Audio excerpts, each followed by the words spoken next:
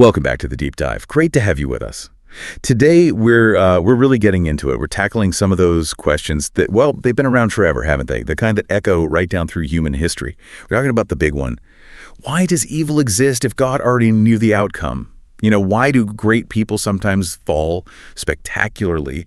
And I mean, the fundamental puzzle. Yeah. Why would an all-loving, all-powerful God allow suffering, temptation, even, allow his own opposition to rise? These aren't easy thoughts. For a lot of people, they're right at the heart of doubt, or maybe the start of a search for deeper faith. You've really hit the nail on the head there. These are exactly those profound whys. The ones that, well, traditional teachings sometimes skim over or maybe don't fully address. Their complexity, the fact they keep coming up, it just speaks volumes about our need as humans to understand, to somehow square what we see happening in the world with what we believe about, a higher power. It's a real journey into the soul. Absolutely. And that's why our source today is, I think, particularly interesting. It's Donovan Broderick's book, The Paradox of God, Evil, and Free Will. It's a pretty bold stuff, really insightful. It's also known by this really provocative question it asks right up front: why an all-knowing God create his own enemy? So our mission for this deep dive is to unpack how Broderick tackles these core paradoxes. We want to explore his arguments about free will, divine foreknowledge, and the existence of evil itself. He doesn't just state the problem, he actually proposes answers. Right. And what's really striking, I think, is who he's writing for. It's not just theologians locked away somewhere. No, this work speaks directly to anyone who's curious, anyone wrestling with doubts or maybe facing personal struggles, even the deeply faithful person looking for maybe a fresh perspective. He's taking these really tough questions, the ones that stir your heart and mind, and he's offering a robust way to think about them. He's trying to provide a path towards maybe a renewed sense of purpose, not by ignoring the hard stuff, but by facing it, using, intellectual rigor and spiritual depth. Okay, let's jump right into that central paradox then. Broderick asks, why does evil exist if God already knew the outcome? I mean, that's not just a casual question, is it? It really challenges our whole concept of an omniscient God, an all-knowing deity. If God truly knows everything, every single thing that's going to happen, every evil act, every bit of suffering, well, what does that imply about God's role, his responsibility? It almost seems to put God in the position of, allowing or maybe even setting up a future he knows will involve pain. Yeah, and Broderick confronts that directly. He challenges a really common assumption we make about divine foreknowledge, one we often don't even examine. He argues that knowing something will happen isn't the same as causing it to happen. He uses this analogy. Think of a brilliant author planning a novel, meticulously. The author knows exactly how every character's story will unfold, the ending, everything. Complete foreknowledge of the story. But, and this is the key, within that story, the characters still make real choices.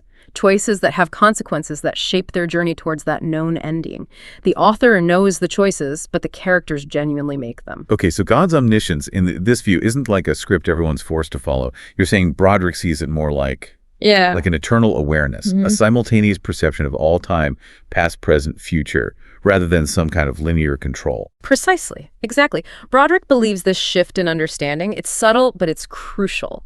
It allows for genuine human agency, our ability to choose freely, to make real choices, even within God's all-knowing perspective.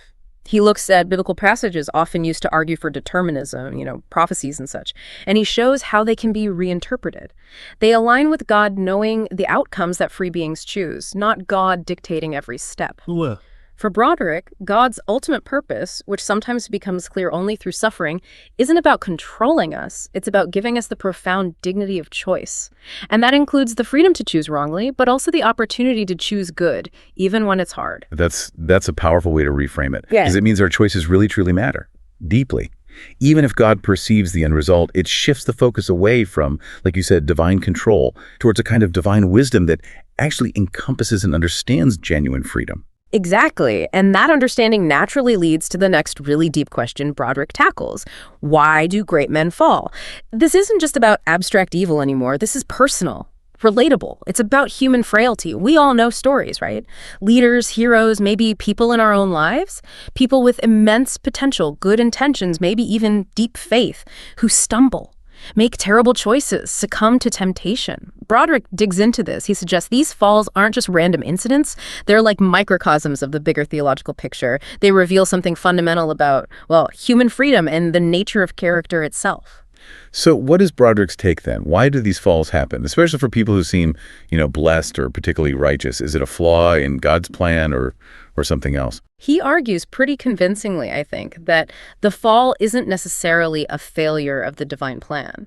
Often, he suggests, it's a necessary catalyst, either for deeper spiritual growth for that person or as a powerful lesson for everyone else about the real cost and responsibility that comes with free will. He points to figures like King David in the Old Testament. I mean, here's a man described as being after God's own heart, yet he committed adultery, murder.